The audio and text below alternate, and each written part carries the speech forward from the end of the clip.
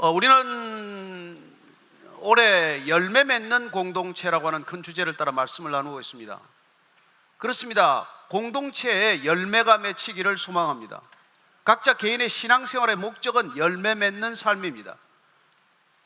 사도 바울은 그 열매를 9가지로 우리에게 알려주셨습니다. 사랑, 기쁨, 화평, 오래 참음, 인내, 자비, 양선, 충성, 온유, 절제. 이런 열매는 우리가 안 맺으려고 해서 안 맺어질 수도 없다는 것입니다. 우리 안에 성령님이 오시면, 그리스도께서 우리를 붙드시면 우리 안에 그런 열매가 맺히는 것이죠. 따라서 궁극적으로 신앙이란 우리의 열매 맺는 삶, 우리의 인격과 성품이 바뀌는 삶이라는 것을 알게 됩니다. 신앙의 목적이 무엇입니까? 왜 교회여야 합니까? 왜 교회에 다니십니까? 내가 바뀌기 위해서예요. 무슨 안 되는 일이 되고 무슨 내가 불치병이 낫고 이런 것들은 그 다음이에요. 그래서 이번 달 우리의 주제, 7월 달의 주제는 인내, 기다림, 오래 참음이라고 하는 이 열매를 함께 살펴보고 있는 것이죠. 그렇습니다. 이 기다림이란 우리의 일상의 삶과도 밀접한 관련이 있어요. 어떤 사람은 가장 좋은 것을 참고 기다릴 줄 압니다.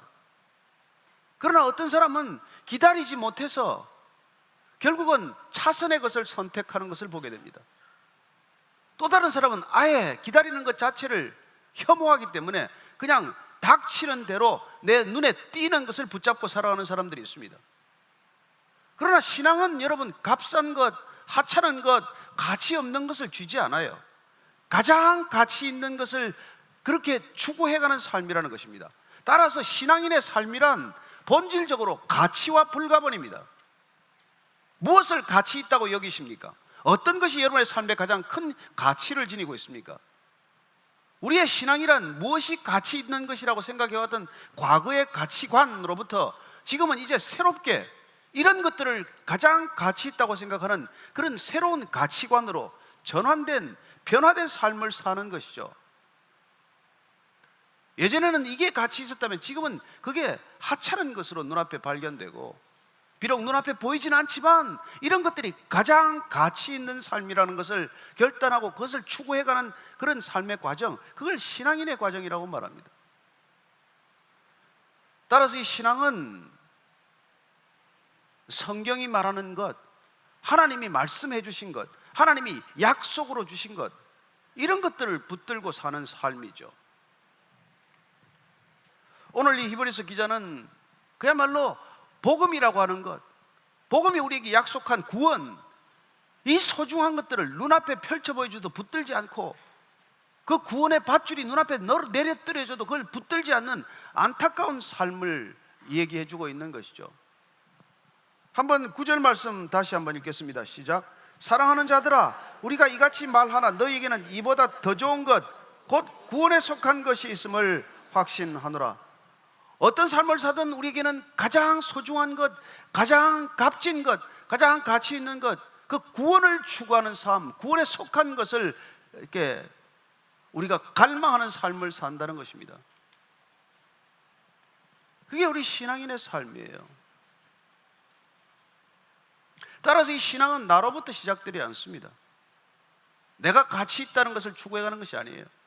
하나님이 가르쳐 주시는, 하나님이 우리에게 선물하고자 하는 최고의, 최상의, 최선의 그 선물, 구원이라고 하는 그 선물, 그 구원에 속한 것들을 추구하는 삶으로 우리를 인도해 가고자 하시는 것이 하나님이 우리를 부르신 목적과 우리가 그분을 따라가야 할 소명의 본질인 것이죠.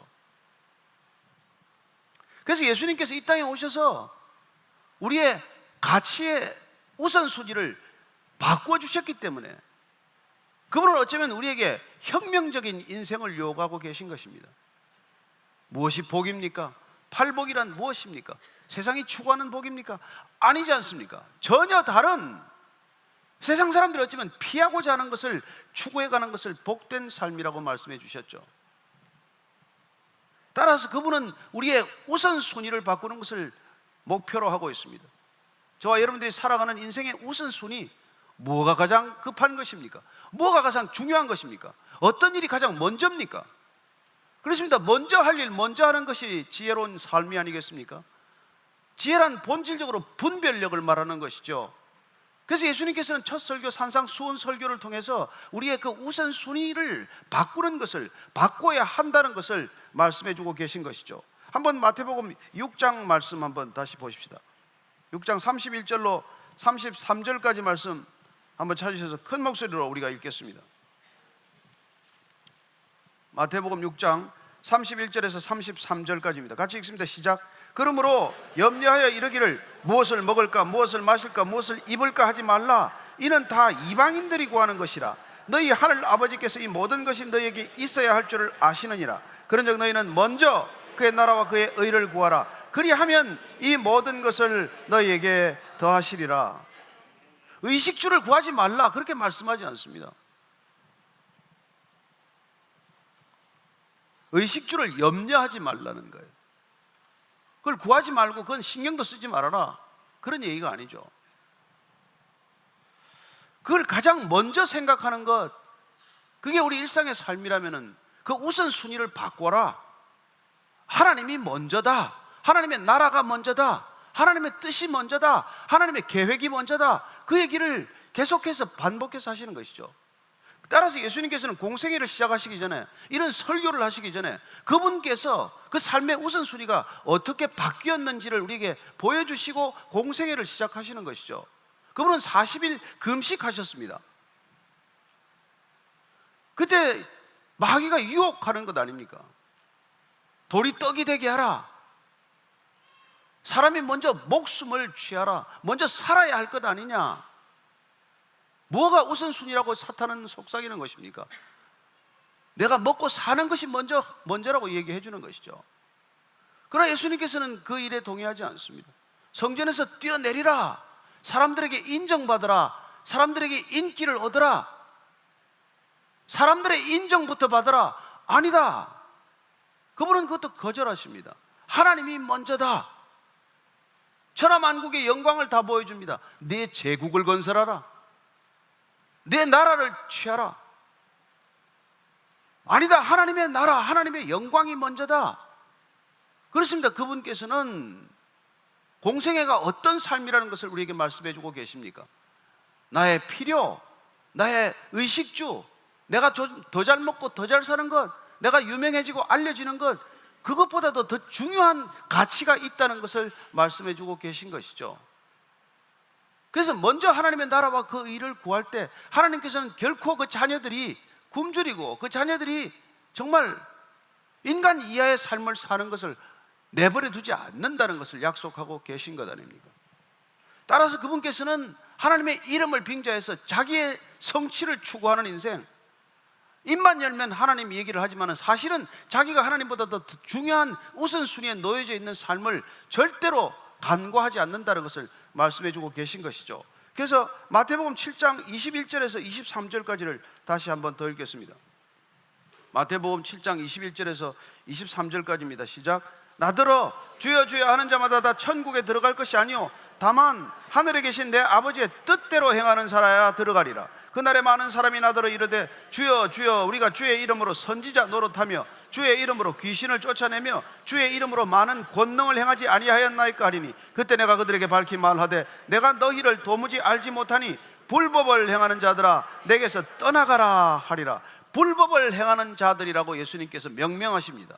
누구를 들어서 말씀하시는 것입니까? 입만 열면 주여 주여 하나님 얘기를 하지만 정작 하나님의 이름을 들먹이면서 나를 추구하는 삶, 하나님보다 내가 더 중요한 사람, 무늬만 그리스도인, 어쩌면 형식만 종교인으로 살아가는 그런 사람들을 향해서 주님께서는 그들은 불법을 행하는 자들이라고 말합니다. 서로 그들이 능력을 행한다고 할지라도, 서로 그들이 뛰어난 설교자라고 한지라도, 어쩌면 그가 가장 많은 헌신과 구제를 하는 사람인지 모른다고 하더라도 그 모든 것들이 하나님보다도 나를 더 의식하고 하는 행동이라면 그건 불법을 행하는 것이랑 마찬가지라고 그렇게 단호하게 말씀하고 계신 것이죠. 따라서 신앙이란 내 인생에 하나님이 원하시는 열매가 맺히는 삶이라는 것을 예수님께서도 미리 말씀해 주신 것이죠. 따라서 7장 18절에서 20절까지를 한번 보도록 하겠습니다. 마태복음 7장 18절에서 20절까지 다시 읽습니다. 시작. 좋은 나무가 나쁜 열매를 맺을 수 없고 못된 나무가 아름다운 열매를 맺을 수 없느니라. 아름다운 열매를 맺지 아니하는 나무마다 찍혀 불에 던져지느니라. 이러므로 그들의 열매로 그들을 알리라. 그렇습니다. 우리 인생의 매치는 열매를 통해서 우리의 신앙은 드러나게 되어 있습니다. 우리 인생의 열매라고 하는 소중한 성품과 인격의 변화를 통해서 우리의 신앙은 드러나게 되어 있는다는 것이죠. 그렇습니다. 우리의 신앙은 나로부터 시작되지 않습니다. 내가 중심이 아닙니다. 나를 추구하는 과정이 아닙니다. 신앙은 하나님께서 먼저 찾아오셨습니다. 하나님께서 먼저 말을 거셨습니다. 하나님께서 먼저 약속하셨습니다. 하나님께서 심지어 먼저 맹세하셨습니다. 그리고 하나님께서 먼저 그 약속을 성취하고 이루시는 것을 보게 하십니다. 신앙은 나로부터 비롯된 것이 아니라 하나님으로부터 비롯된 것입니다. 종교는 신이 인간을 추구하는 과정이에요. 내가 먼저 신을 찾습니다. 내가 먼저 신에게 말을 겁니다. 내가 먼저 신에게 요구합니다. 내가 먼저 신에게 딜합니다. 나는 이만큼 선행을 베풀 터이니까 나한테 더 큰 보상을 해 주십시오.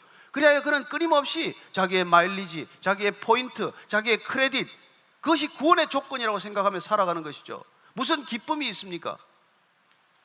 무슨 자유함이 있습니까? 그러나 우리의 신앙은 먼저 찾아오신 하나님께서 우리를 값주어 사심으로 우리가 구원을 위해서 더 이상 행할 일이 없다는 것을 밝히 말씀해 주십니다. 우리는 어떤 것도 구원의 조건이라 자격이 되지 않는 것을 압니다. 그러기에 우리는 그분을 위해서 기꺼이 헌신하고 기꺼이 우리 자신을 생명째 드리기를 결단하는 것이죠. 구원을 위한 조건이 아니라 구원의 감격 때문에, 구원의 기쁨 때문에, 구원이 주신 놀라운 능력 때문에 우리는 기꺼이 우리 자신을 포기할 수 있는 능력, 주님이 원하시는 대로 나를 빚어갈 수 있는 능력, 나를 내려놓고 주님이 원하시는 내 성품과 인격대로 바뀔 수 있는 능력을 우리는 주님의 선물로 인식하기 시작하는 것이죠.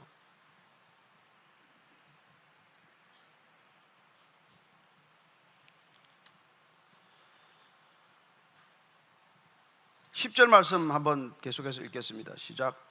하나님은 불의하지 아니하사 너희 행위와 그의 이름을 위하여 나타낸 사랑으로 이미 그 성도를 섬긴 것과 이제도 섬기고 있는 것을 잊어버리지 아니하시느니라. 하나님은 불의하지 않습니다.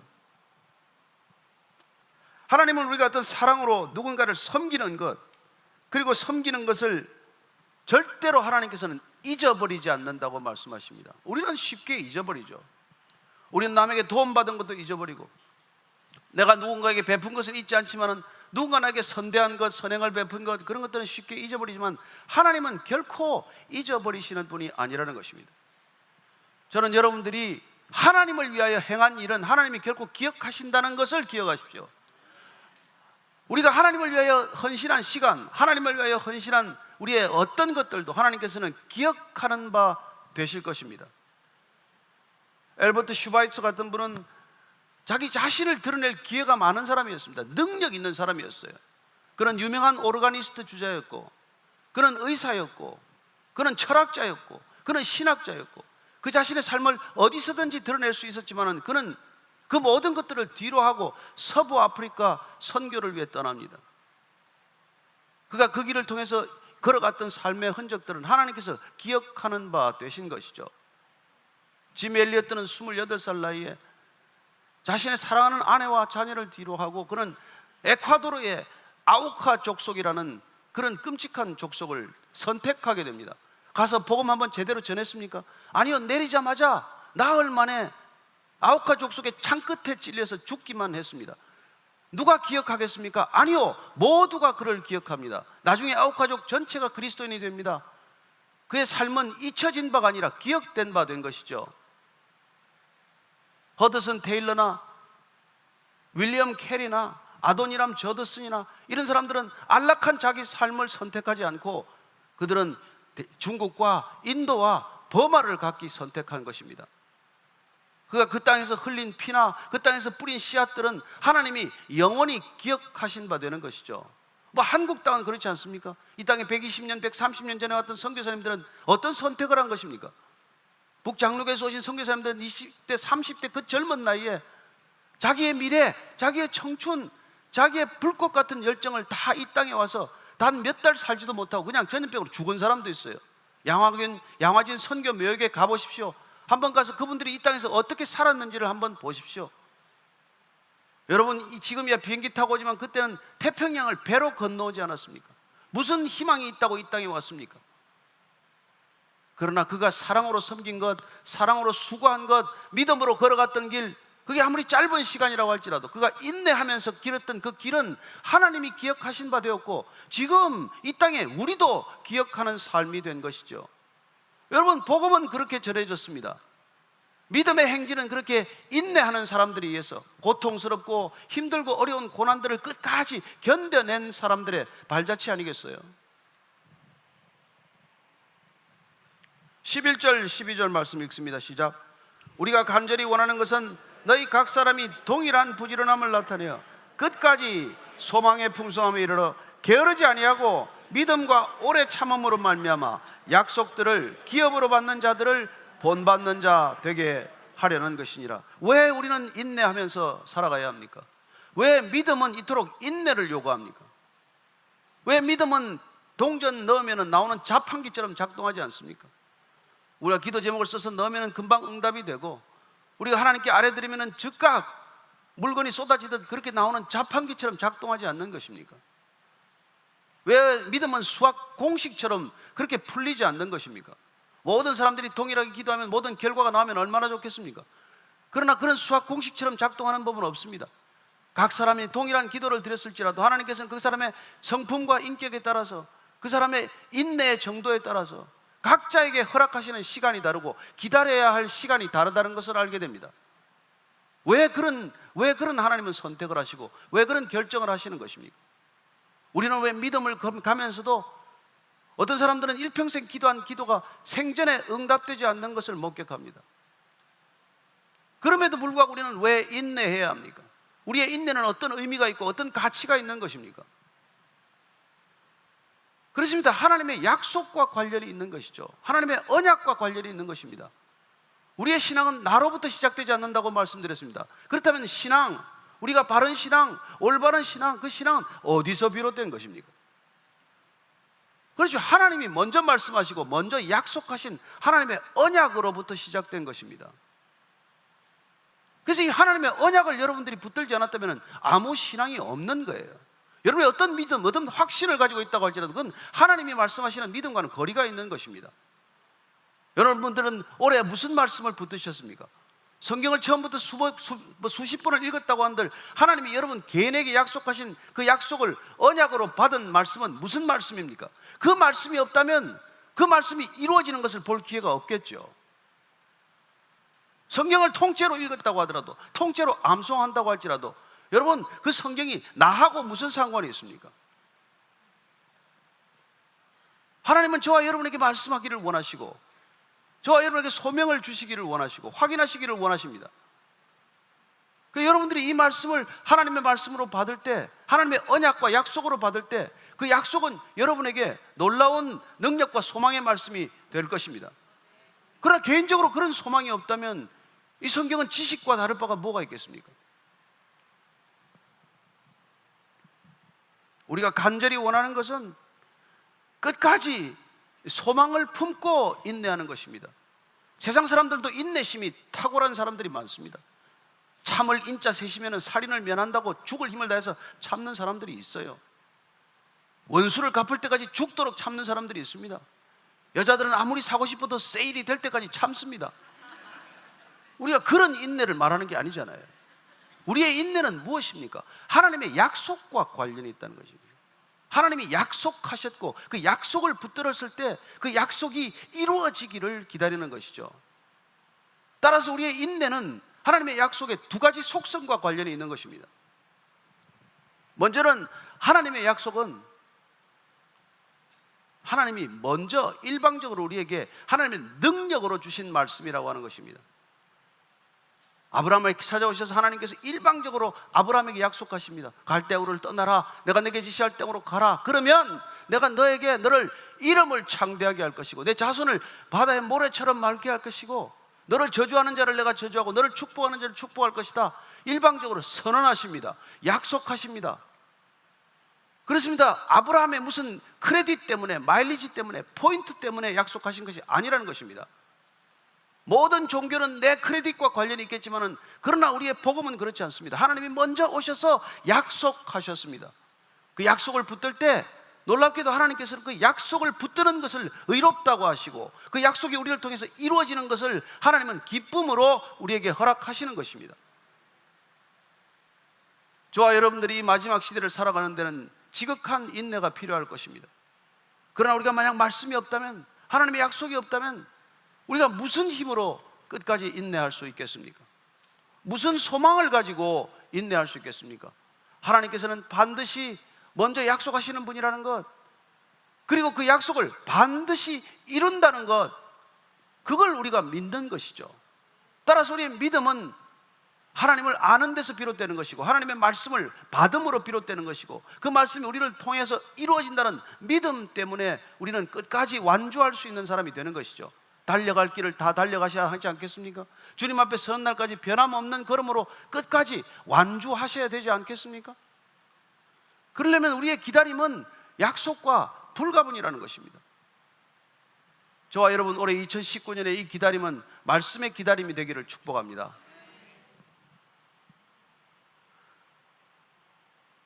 그러면 제가 예를 들어서 이런 약속을 받았다고 칩시다.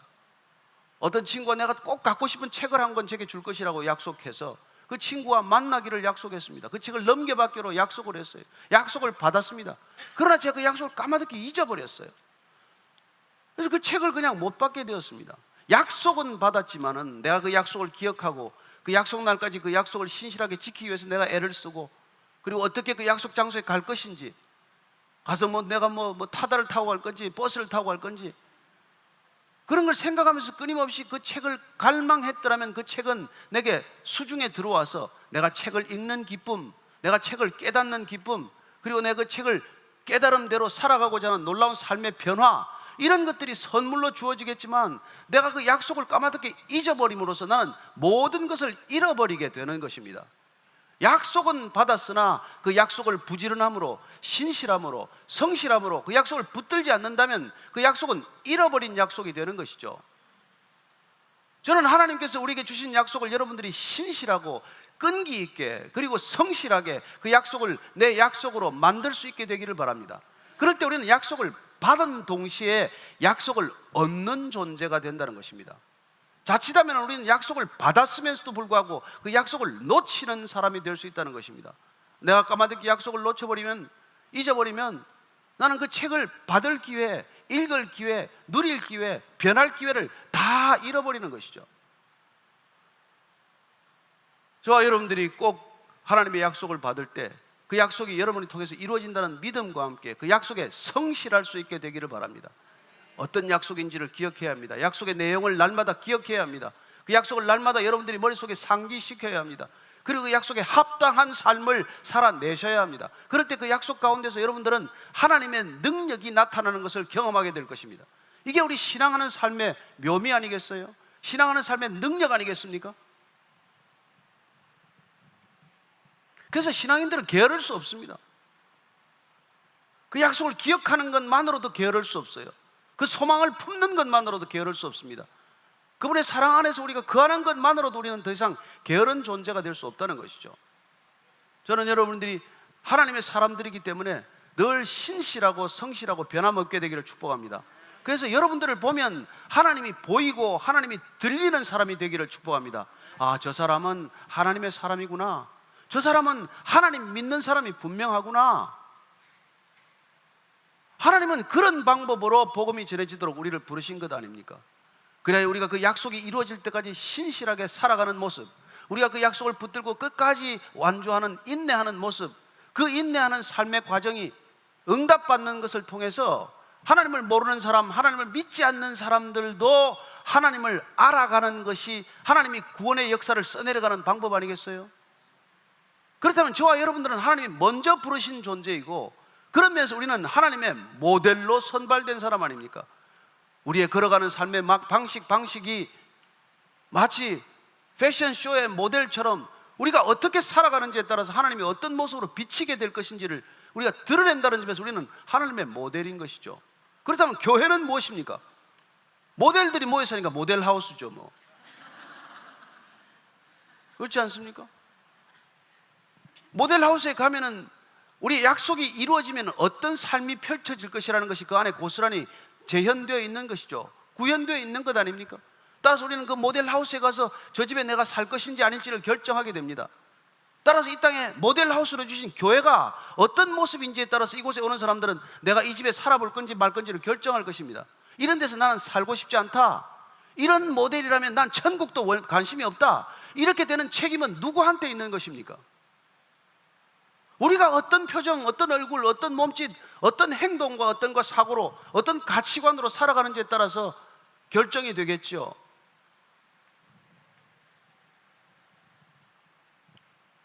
저는 오늘 말씀처럼 여러분들이 게으르지 않고 믿음과 오래 참음으로 말미암아 약속을 기업으로 받는 자들을 본받는 자가 되게 하려는 하나님의 의도에 충실하게 살게 되기를 바랍니다.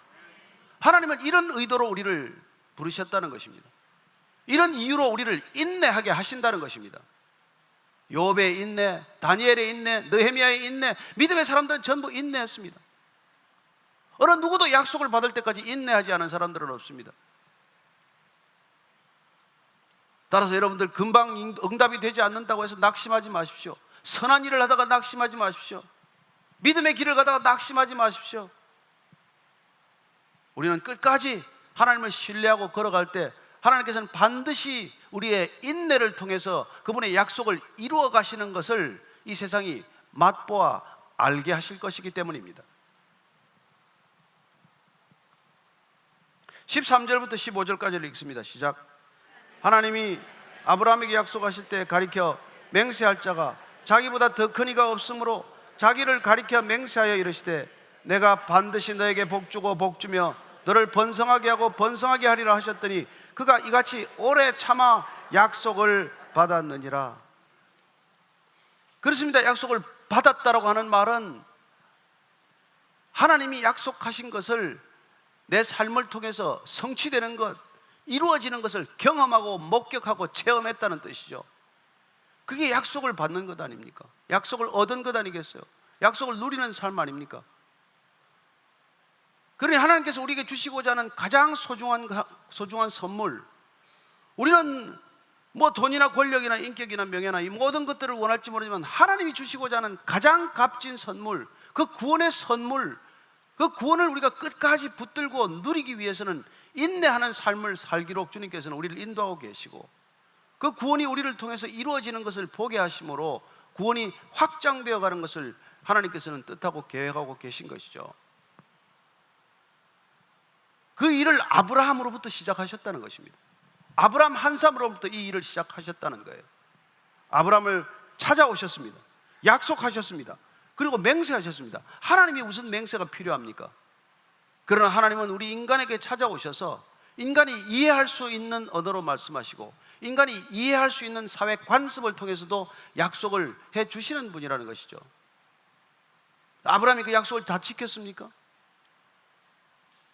중간에 실족하는 일들이 있었죠. 그는 여러 번 실수를 했습니다. 애굽 땅으로 내려갔다가 아내를 잃을 뻔하기도 하고, 그리고 그는 엘리에셀을 양자로 또 택하겠다고 말하지 않나. 그러다가 끝내는 또 하갈을 취하지 않나. 하나님이 약속하신 아들을 낳기 전에 또 다른 사생아를 낳지 않나. 그런 일들을 계속해서 반복해서 실수하지만 하나님이 약속을 깨셨습니까? 여러분, 하나님은 약속을 깨시지 않는다는 것을 믿으십니까? 약속은 늘 인간이 깬다는 것을 아십니까? 인간은 하나님과의 약속도 깰 만큼 대단한 존재라는 걸 아십니까? 겁도 없이 우리가 하나님의 약속을 깨는 존재라는 걸 아십니까? 얼마나 자주 깰까요? 셀 수 없죠. 뭐 우리는 하나님과의 약속을 70번씩 7번이라도 깨는 사람 아닙니까? 그래서 하나님께서는 용서해 주시기로 결단하셨고, 그리고 하나님의 용서가 우리를 기다리게 하고 또 참고 참게 하고 또 우리를 또 인내하고 인내하게 해서 결과적으로 하나님이 원하시는 그곳까지 인도해 가는 놀라운 하나님의 방법인 것입니다. 또한 하나님의 선물인 것입니다.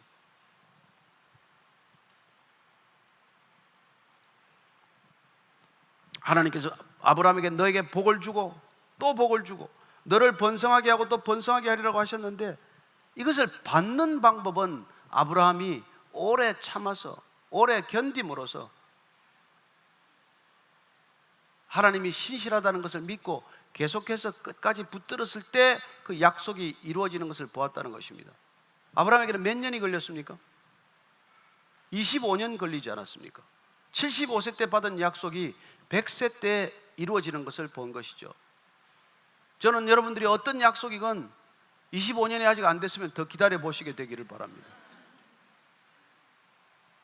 끝까지 기다리고 신뢰하면 하나님께서 반드시 그 약속을 이루실 줄로 믿으시기 바랍니다.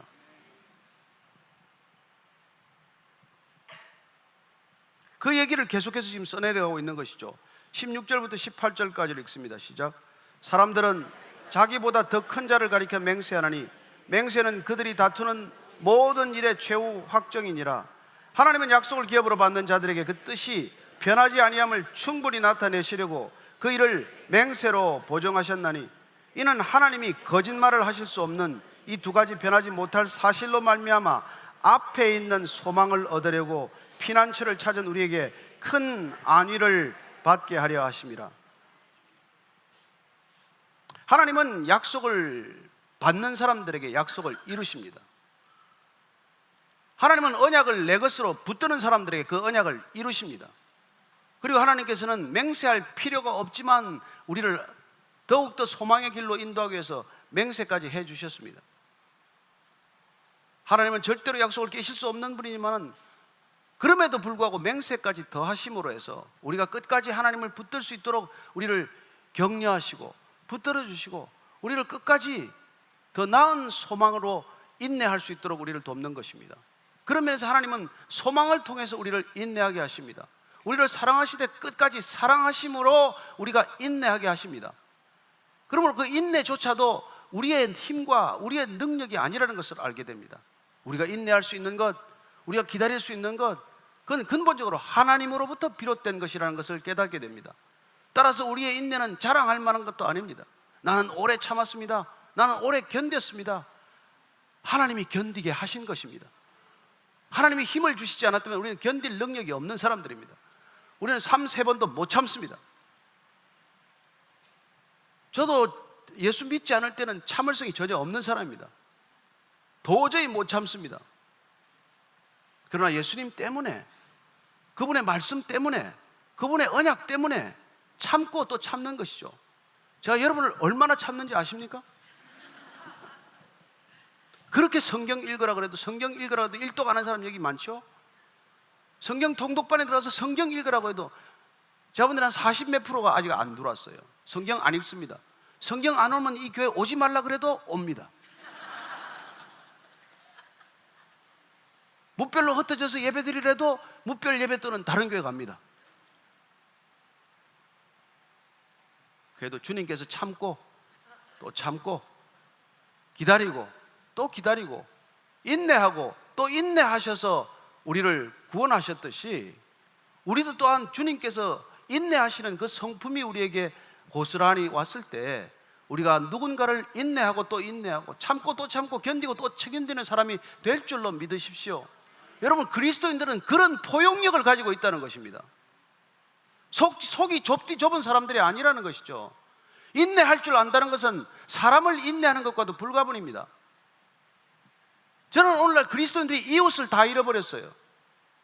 인내하지 못해서, 사람을 견디지 못해서, 사람을 오래 참지 못해가지고 지금 교회에 이웃이 어디 있습니까?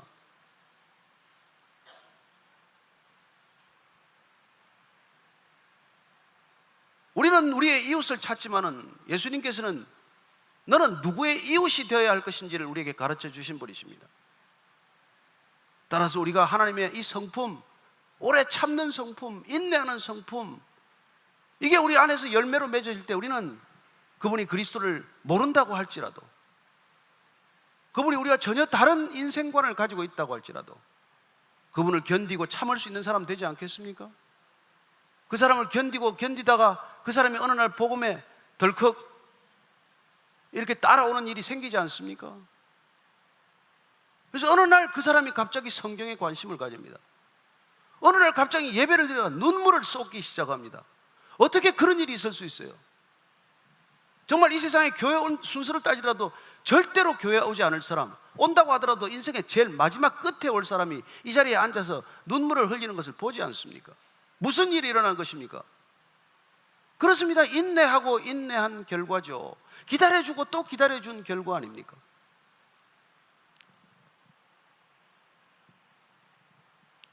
우리가 오래 참아서 약속을 받은 것처럼 우리가 그 사람이 약속을 받을 때까지, 약속을 얻을 때까지 오래 참아줄 때 저는 하나님을 믿지 못할 사람이 없다고 믿습니다. 누가 하나님을 이깁니까?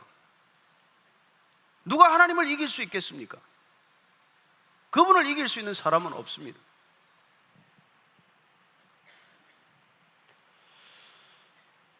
그래서 그분을 우리가 정말 기업으로 받아들이고 그분을 우리가 주님이다, 그분이 내 인생보다 더 소중한 분이다, 그렇게 우리 삶의 우선순위와 태도가 바뀌게 되면 우리는 그걸 입증하기 위해서, 그 삶을 드러내기 위해서 불가피하게 인내할 수밖에 없는 삶을 살게 될 때 하나님께서 놀랍게도 그 인내할 수 있는 우리 인내의 안식처를 그리스도 안에서 발견할 수 있도록 우리를 도우시는 것이죠.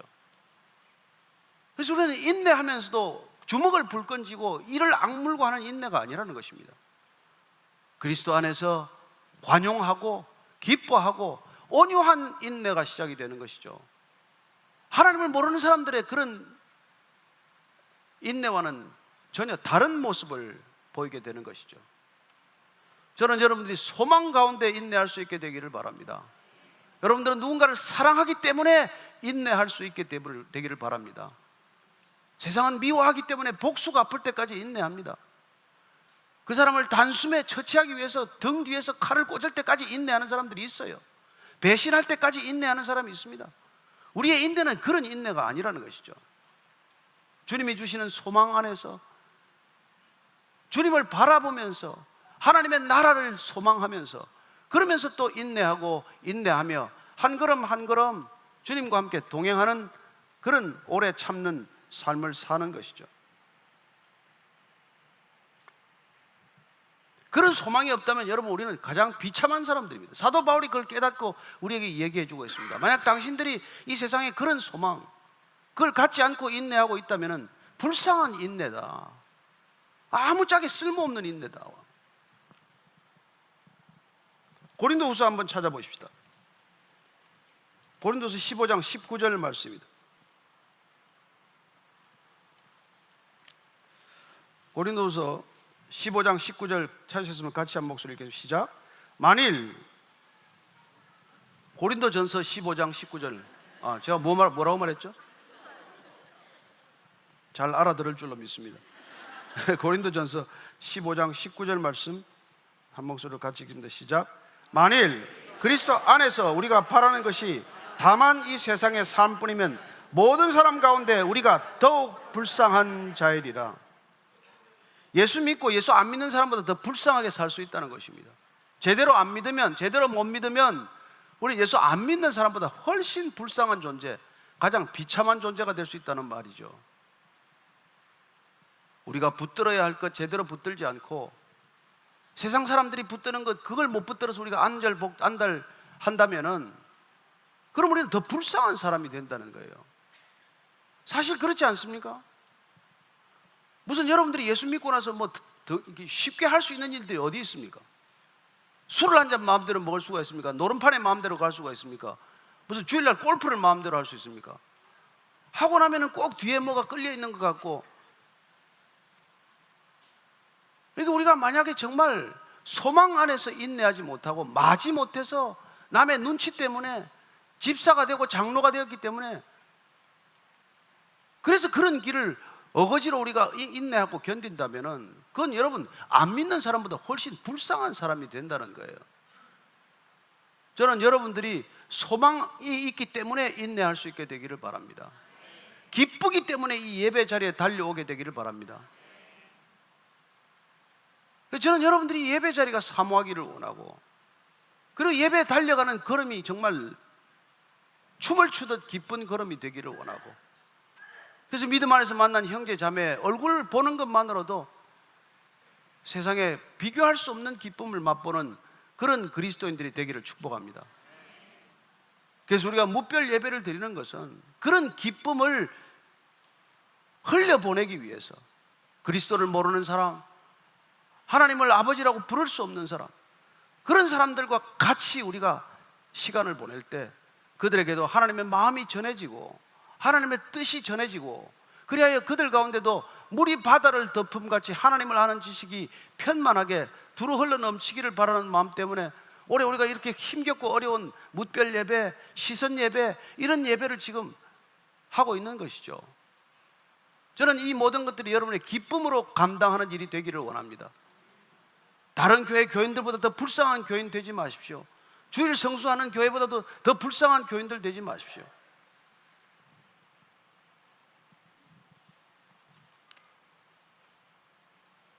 우리가 이런 소망을 가지고 있을 때 우리는 어떤 존재가 되는지를 19절, 20절 말씀에서 말씀해 주고 계십니다. 같이 읽습니다. 시작. 우리가 이 소망을 가지고 있는 것은 영혼의 닷 같아서 튼튼하고 견고하여 휘장 안에 들어가나니, 그리로 앞서가신 예수께서 멜기세덱의 반차를 따라 영원히 대제사장이 되어 우리를 위하여 들어가셨느니라. 이런 소망을 가지고 인내하는 삶은 우리가 영혼의 닻이 든든한 삶에서 표류하지 않는 삶을 산다고 말합니다. 닻이 드리워졌다는 것은 배가 출렁거릴 수는 있겠지만, 배가 요동칠 수는 있겠지만 떠내려가지는 않죠. 방황하거나 표류하지는 않죠. 그리고 우리는 어디로 가게 됩니까? 오늘 휘장 안으로 들어간다고 말합니다. 휘장 안이 어디입니까? 지성소 아닙니까? 예수님께서 십자가에 달리시고 마지막 다 이루었다고 말씀하실 때 무슨 일이 일어났습니까? 휘장이 찢어지지 않았습니까? 주님께서 그 휘장 안으로, 찢어진 휘장 안으로 성큼성큼 걸어 들어가신 것입니다. 그리고 나를 따르라고 말씀하시는 것이죠. 우리는 이제 그분과 함께 지성소 안으로 당당하게 걸어 들어가는 것입니다. 왕의 식탁 안에 초대를 받은 것입니다. 마치 다윗이 그 사울 왕의 후손을 찾아서 마지막 무비보셋을 찾습니다. 요나단의 아들이요 사울의 손자인 이 무비보셋은 다리를 저는 불구자가 되어 있습니다. 옛날 그 당시에 법도에 따르면 불구자는 왕궁의 출입이 제한되어 있습니다. 그를 무시하고 그는 왕의 식탁에 초대합니다. 남의 얘기입니까? 저와 여러분 얘기 아닙니까? 우리 모두가 영적 불구자 아닙니까? 우리 영적 장애우들 아니에요? 그러나 하나님께서는 그리스도의 옷을 입혀서 우리를 매일같이 휘장 안으로 초대해서 왕의 식탁으로 초대해서 왕의 자녀들로 우리를 대접하고 있는 것 아닙니까? 여러분, 그런 기쁨을 누리지 못한다면 신앙은 무엇입니까?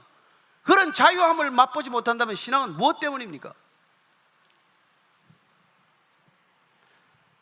그래 우리 영혼이 닷같이 튼튼하고 견고해서 우리는 하나님의 임재 앞으로 날마다 나아갈 수 있는 존재가 되었다는 것입니다. 왜입니까? 예수님께서 멜기세덱의 반차를 따라서 영원한 대제사장이 되어 우리를 위하여 그 안에 들어가셨기 때문이라고 말합니다. 예수님은 아론의 자손이 아닙니다. 예수님은 레위인이 아닙니다. 그는 다윗의 지파를 따라갔지만, 육신으로는 다윗의 지파지만 그는 멜기세덱의 반차, 영원한 대제사장의 반차를 따라오셔서 그분이 영원한 대제사장이었기 때문에 1년에 단 한 번 지성소로 들어갈 수 있는 대제사장을 대신해서 그분 자신이 단 한 번으로 들어가심으로 모든 제사를 종결하시고 우리가 언제든지 휘장 안으로 들어가서 하나님의 임재 앞에 나아갈 수 있도록 하신 것을 감사할 수 있게 되기를 바랍니다. 우리가 인내 삶의 종국은 구원의 완성입니다. 우리 삶의 인내의 종국의 결승점은 바로 그런 것이라는 것입니다. 그걸 위해서 모든 것을 희생하더라도 아깝게 여기지 않게 되기를 바랍니다. 이 세상에 여러분들이 모든 것을 다 쏟아부어서 그분의 임재 앞으로 나갈 수만 있다면 여러분들은 성공한 인생이라는 것을, 진실로 성공한 인생이라는 것을 기억할 수 있게 되기를 바랍니다. 그래야 오늘 우리가 기도하는 대신에 29살의 인생을 주님께 드렸던 짐 엘리엇의 기도문으로 대신하도록 하겠습니다. 한번 눈을 감고 그의 기도를 같이 들어보십시다. 하나님, 저를 어서 아우카족에게 보내주소서. 아버지, 제 생명을 취하소서. 주의 뜻이라면 제 피를 취하소서. 주의 삼키는 불로 제 피를 태우소서. 제 것이 아니기에 아끼지 않겠습니다. 주님 가지시옵소서. 다 가지시옵소서. 제 생명을 세상을 위한 희생으로 부어소서. 피는 주님의 제단 앞에 흐를 때만 가치 있는 것입니다. 하나님의 마른 막대기 같은 제 삶에 불을 붙이사 주님을 위해 온전히 소멸하게 하소서. 나의 하나님, 제 삶은 주의 것이오니 다 태워주소서. 저는 오래 사는 것을 원치 않습니다. 다만 주 예수님처럼 꽉 찬 삶을 살기 원합니다. 하나님 아버지, 이 엘리엇의 기도가 우리 모두의 기도가 되게 해 주옵소서. 우리가 찾아가야 할 아우카족은 누구인지 깨닫게 하여 주옵소서. 하나님 아버지, 내 인생을 들여 아깝지 않은 주님의 존전에 나아갈 수 있는 길이 있다면 오늘 우리가 어떤 희생과 대가도 아깝다고 여기지 않게 하여 주옵소서. 예수님께서 십자가에 매달리신 것이 바로 나 자신 때문이라는 것이 진정한 사실이라면 내가 무엇을 드린들 주님 아깝겠습니까? 주님 앞에서 내 인생을 드리는 기쁨을 맛보게 하여 주옵소서. 그리하여 이 길, 때로는 고통스럽고 때로는 험난하고 때로는 죽을 것만 같은 길이지만 주님, 인내하고 또 인내하고 참고 또 참고 견디고 또 견뎌서 주님 앞에 서는 그날까지 이 믿음의 길 완주하게 하여 주옵소서. 예수님 이름으로 기도합니다. 아멘.